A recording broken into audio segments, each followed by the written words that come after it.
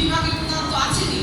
অতএব এই যে একটা রাজতন্ত্র চালু রয়েছে গণতন্ত্রের মুখোশ করে, এই মুখোশটা আমরা উন্মোচন করেছি গণভোটের মাধ্যমে এবং এই জুলাই সংবিধান অলরেডি সংবিধান হয়ে গেছে।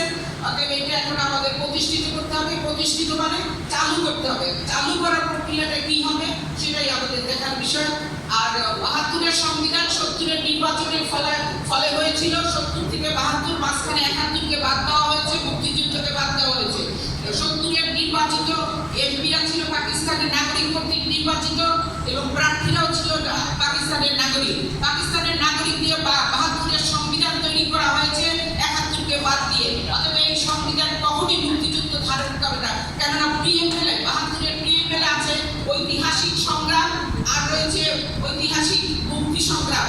কোনো মুক্তিযুদ্ধ শব্দ নেই, ওয়ার এবং ইন্ডিপেন্ডেন্স এই দুটো নেই। এবং আমরা দেখেছি পাকিস্তান আত্মসমর্পণ করেছে ভারতের কাছে ১৬ই ডিসেম্বর।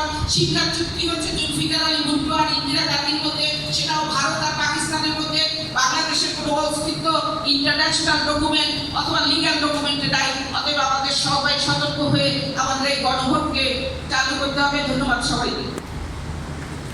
দর্শক, টেবিল সংলাপ জুলাই সনদ বাস্তবায়ন আদেশ আইন ও রাজনৈতিক চ্যালেঞ্জ আলোচনাটি বিশেষ করে কাজী নজরুল ইসলাম মিলনায়তনে অনুষ্ঠানটি হচ্ছে আমরা দেখতে পাচ্ছি। সেটা আমি দেখাচ্ছি এবং আয়োজন করেছে টেবিল সংলাপ জুলাই সনদ বাস্তবায়ন আদেশ আইন ও রাজনৈতিক চ্যালেঞ্জ। এই বিষয়ে কি স্পিকার হিসাবে ইতিমধ্যে আমাদের মাঝে উপস্থিত হয়েছেন অ্যাডভোকেট মোহাম্মদ শিশির মনির। আমি এখন তাকে কিনোট উপস্থাপনের জন্য বিশেষ অনুরোধ জানাচ্ছি।